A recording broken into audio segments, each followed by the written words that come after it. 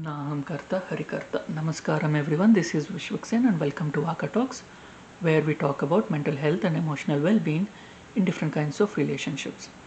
We are doing a series on different characters of Mahabharatam, and currently we are talking about Dhritarashtra. So Dhritarashtra is not disrespected. Pandavas provide him with all the luxuries that uh, he had access to before the war, and they were waiting on him hand and foot. Bhima was there, serving them meals, bringing them meals. Draupadi was there taking care of them. Yudhishthira was there, taking advice from them. Well, Bhima would always taunt him and bring up him losing all his sons uh, to the war and everything, but they were respecting them, they were not disrespected. And finally, Gandhari convinces Dhritarashtra that it's like this is not a life that we should be living. It's like we should not overstay our welcome. They are respecting us because they are good people, but we do not deserve to be here. We should leave. And then they leave they leave the capital and go into the forest, live in the forest, and Kunti follows them anyway. And and in after a few days in the forest, there is a wildfire and all three of them die.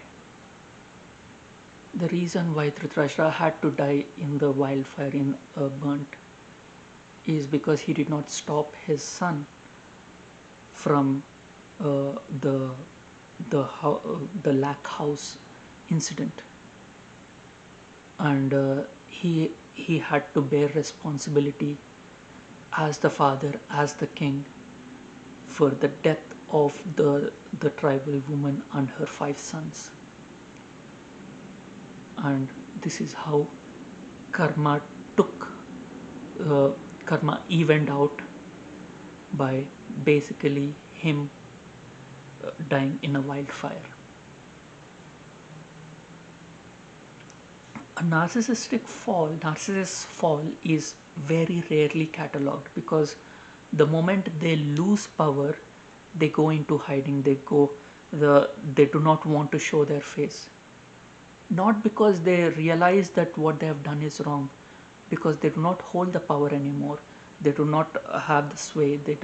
So without their power they are nothing, so they try to hide themselves.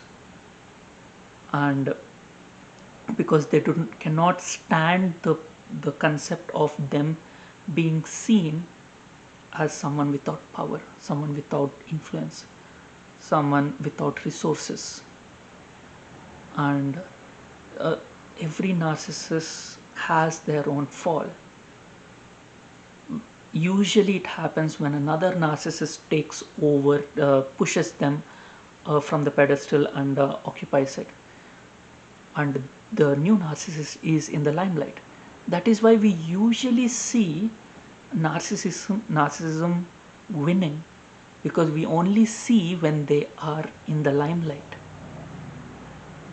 They completely revert, or they completely go into hiding. They do not come out when they lose face. So there's hardly any cataloging, there is hardly uh, any record of a narcissistic fall. Usually when a toxic ruler is there, the new ruler, even if they are uh, toxic, will occupy the limelight, and the king who has lost will go into hiding. Heads of state who are dictators, they have been overthrown a lot of times by worse people or equally toxic people.